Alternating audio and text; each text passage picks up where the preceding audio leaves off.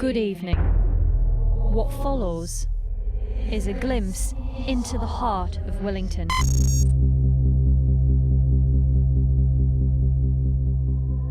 The voices belong to Willington. The concerns, frustrations, hopes and dreams belong to Willington.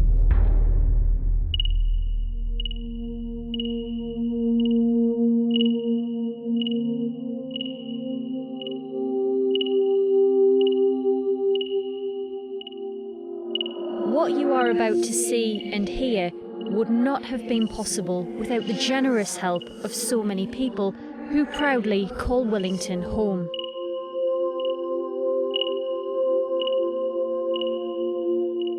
This is our Willington.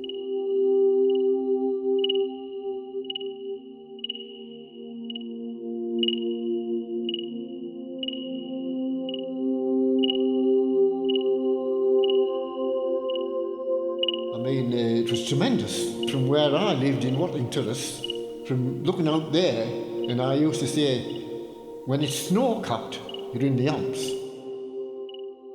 You have to move on, you know, whichever way you say it, you have to move on, you know.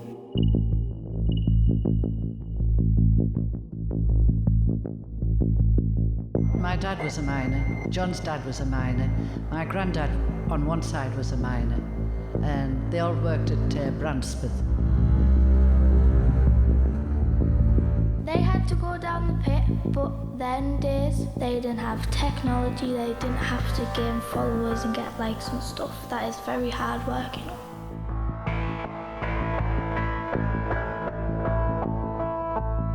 I feel sorry for the young people today because I think they have a lot more to put up with than we did. As the years have gone on, the problems have arisen really that we never thought would happen when we were younger. So for children of today, I would wish for a safer community and a more loving community.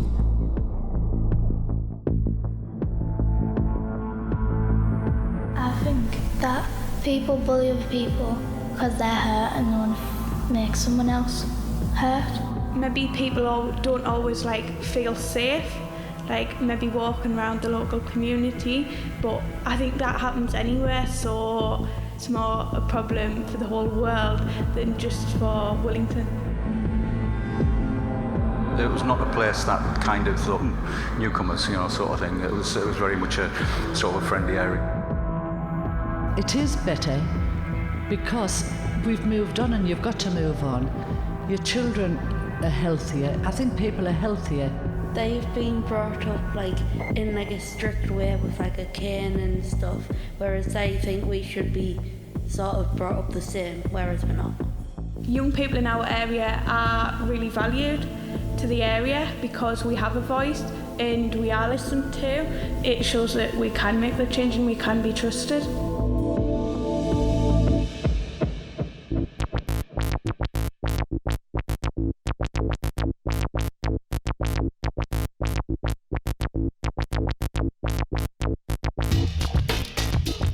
Well, my name actually is Francis Neagle, but automatically Frank.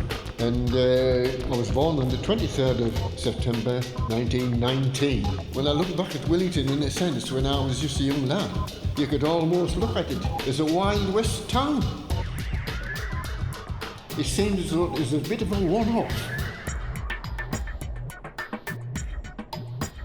To people it is just another high street, and until you've lived here and you've felt the community spirit, you can't explain it to somebody because they'll always have their own opinion.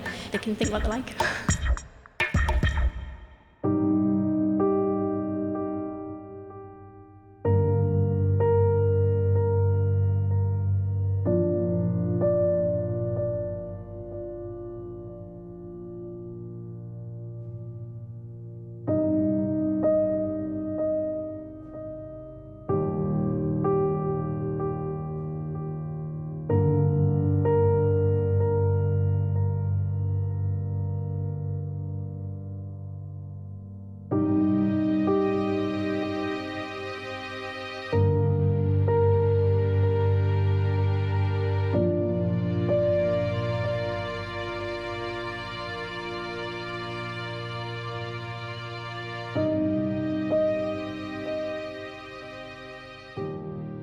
grandmother lived on a council estate, and out of the back of her was the Bluebell Wood, and every child loved to go. And in the winter, the snow was there and you would slide down on sledges. I mean, you look around you and you see just loads of hills, and there's all the nice farms and all the walks, like all the heritage, because like it's a part of us that we had the mines, and like you could do like many of the walks in this area of the walks where the railways used to be.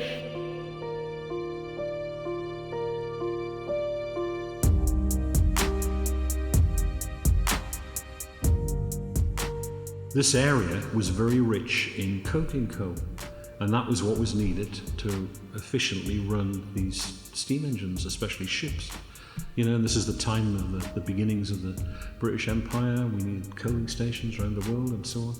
And so it was almost like the gold rush. You know, I often think that this was like the Klondike. People poured in here to exploit the coal.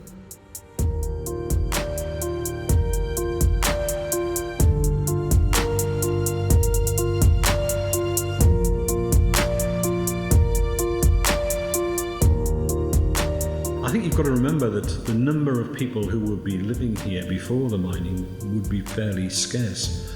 You know, this wasn't a sort of heavily populated area. So in that sense, they almost didn't count. They were overwhelmed by the influx of new people.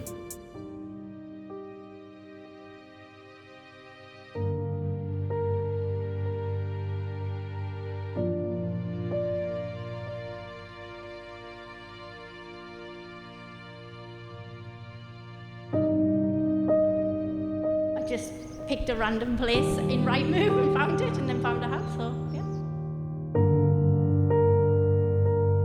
I was bred and born here. We'd like to try somewhere different. Why didn't you come here? And that's how we ended up in Willington in 2011.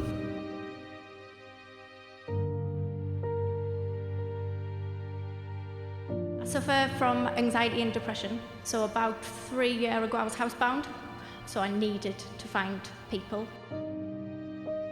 It's like a weight's been lifted, and it is nice to know people are there, and to find it in Willington is a brilliant thing, and if you ask anybody they will try and help. So like the community is brilliant. It's a big thing around here. So.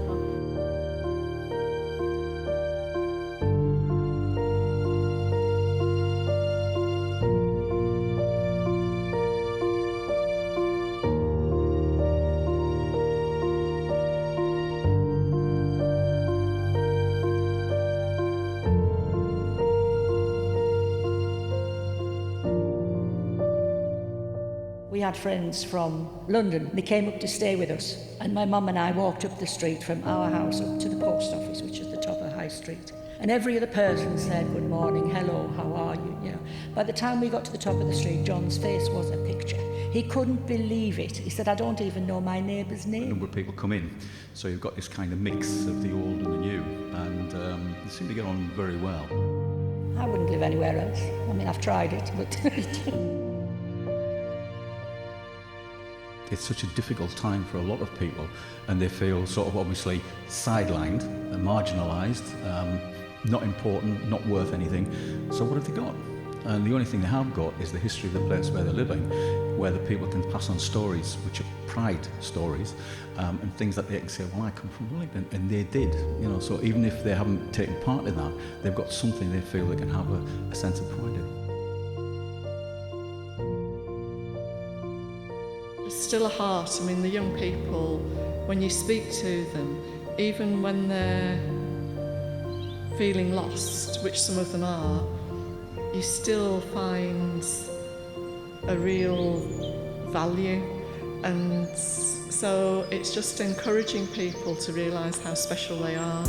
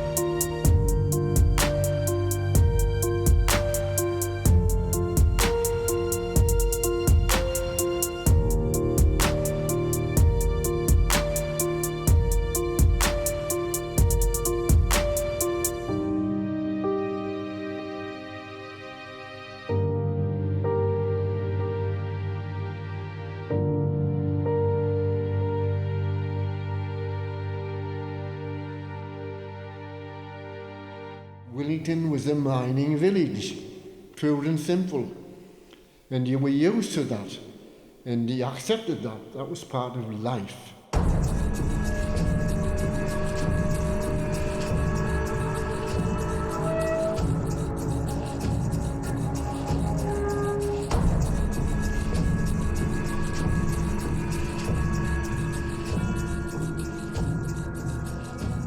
Joseph Love was born in 1796. He was born into a mining family. He seems to have been involved in religion. The Methodist New Connection was his sect of the Methodist Church.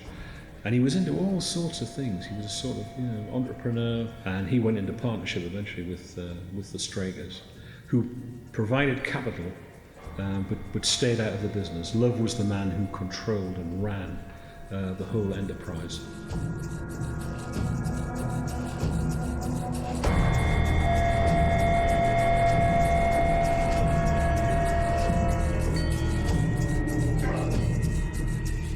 There's an importance of people who've lived in the community all their lives and of their identity and their history and the mining and all that goes with that. But that's part of respect, really, isn't it? So, from the miners' point of view, they had a long-standing grievance with Love about filling the coal tubs.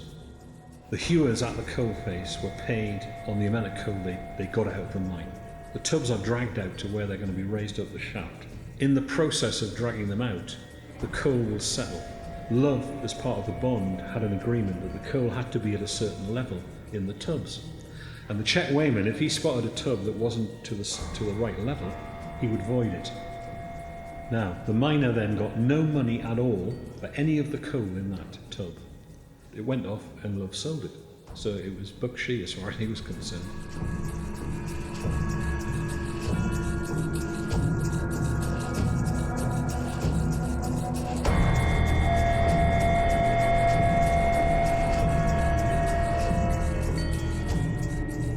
So I can remember the miners coming home black.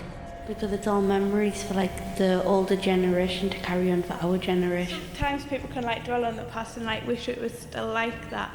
But I mean, yeah, people sometimes can get stuck in the past, but you've just got to look forward and look at what we have now and how good we are now.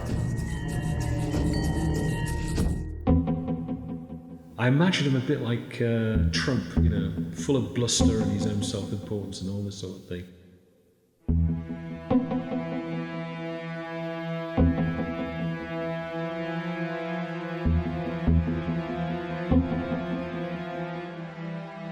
And then he sent in the tough guys, the Candymen, employed thugs from Newcastle, brought them into Willington, gave them a huge breakfast with a lot of beer, and then sent them round the different houses in Willington and out. And all their furniture was then thrown out on the street.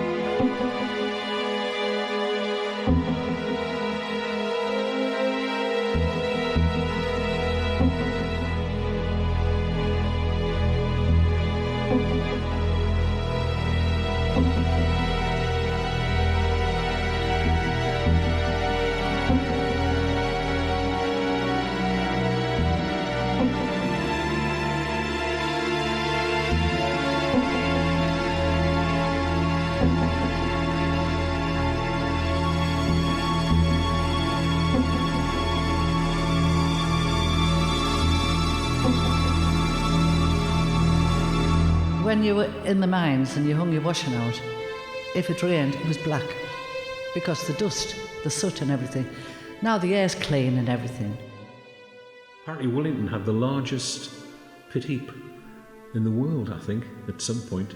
Huge, great thing. I've seen dust coming over in clouds, into Rosedale Terrace, if it was in that right art. It was terrible, filthy thing. But that was this tremendous thing. It was well known, Bransford Heap. We used to go up there and play. After tea at school, and they would say to the lads, I'll see you up the dant. But when I look back now, it was for the better really, because things have improved. The place was losing something that had been there for so long and had kept the place alive. Another place, Willington was alive while the pits worked. When they went out, the place seemed to be dead. You saw it from that angle and the other angle, that you get rid of that great dirty heap sort of style, and it's all now nice green land, and what they've done with it's quite nice and everything.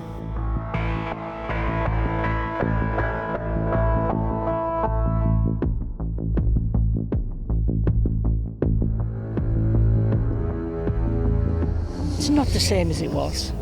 When you walk up the street and see all those shutters on a night, it's just like a ghost town. It never used to be like that. We had gymkhanas, and they were fantastic. We had dances on at the welfare hall, and that was lovely. We had youth clubs, we had women's guilds, we had things like that, you know? We had to go out and find something to do. We didn't just plug it in like they do nowadays. They can't find something to do nowadays. I would hope that things could be improved for the young, really do. We've had our time. It's the youth that's important. Like family fun days, because more families come together, and it would also help like the kids, because lots of kids knock around the streets and like cause chaos. Whereas if they had stuff to do, then they wouldn't need to knock around the streets.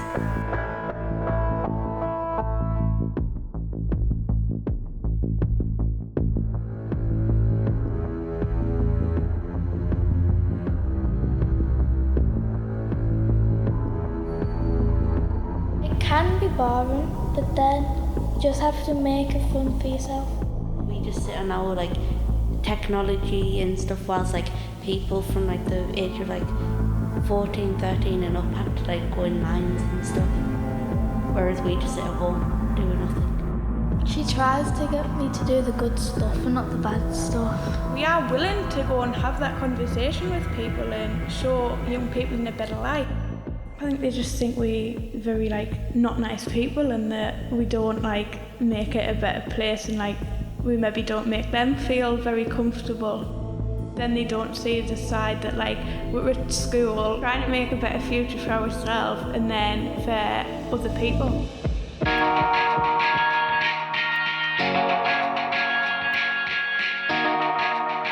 You went out for the day. Even though it was in Willington, you went out for the day.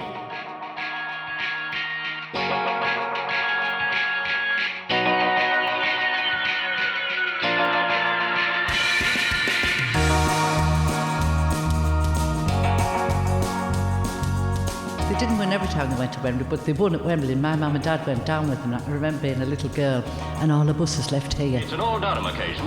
White-shirted Willington and Bishop Auckland.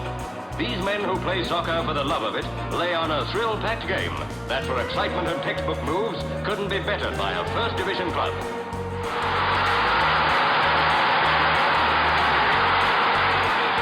Seldom has Wembley seen so many thrills in such a short time. Never has an amateur final been so full of classic football. To the little town of Willington, County Durham, goes the week's headlines, deservedly earned by 11 gallant men. When it was Durham Big Meeting Day, the trains were absolutely full because everybody went to the big meeting, and that was fantastic. You sort of struck a chord there, all right. Railway took a great long stretch of houses there, great big pieces of garden in front of them. And the women used to come to the doors and see the train, and all the carriages were packed to get started, you know. And then, of course, when they come back at night, that was a scream, because they were half tipsy to start with, and they would have the banner, and they were trying to keep it right. And, of course, it was all over the place.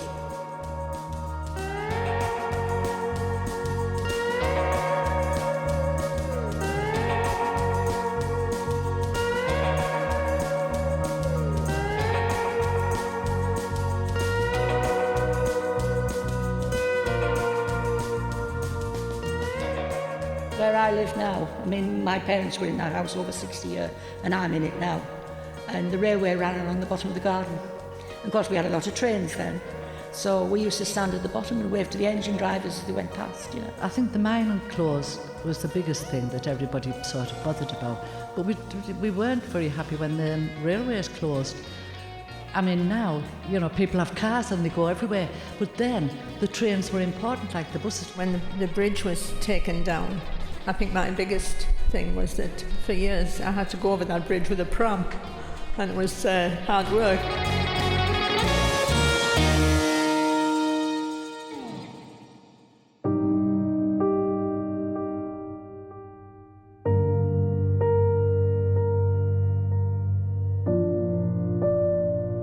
I think it's lost a lot of its identity. We live in a broken world, don't we? And I see that brokenness in the community.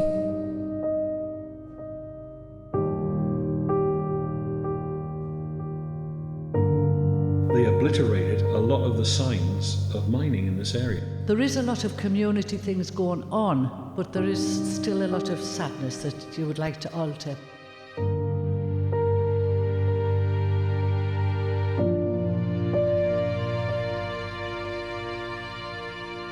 And I think it's important for a community to feel that they're part of a community, not just as we just live here. They need to feel like a part of something important and need to be heard.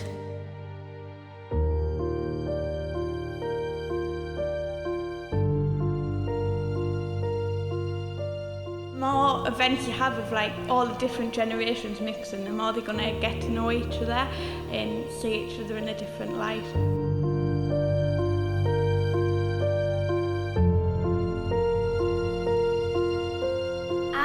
When I'm old, like 50, I'm going to be a nice old woman and not one of them crazy weirdos.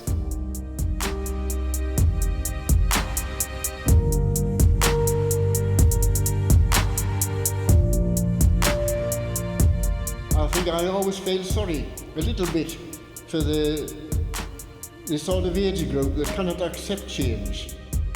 When I first came to Willington, I think I felt like a newcomer. I think I felt like I was outside the niche. Now, it's just me. People know me. They know me as a playgroup lady, which is quite nice. I'm happy. I have good neighbours, good friends. I don't want to live anywhere else. I like living here. We came through it. We actually survived it, and we're still here. And I think there's a pride in that as well.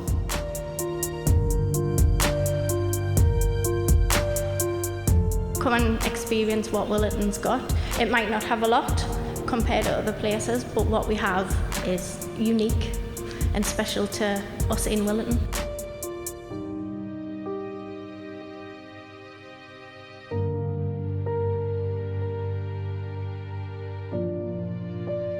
I mean, at this stage now, I think, well, you've done it all, mate.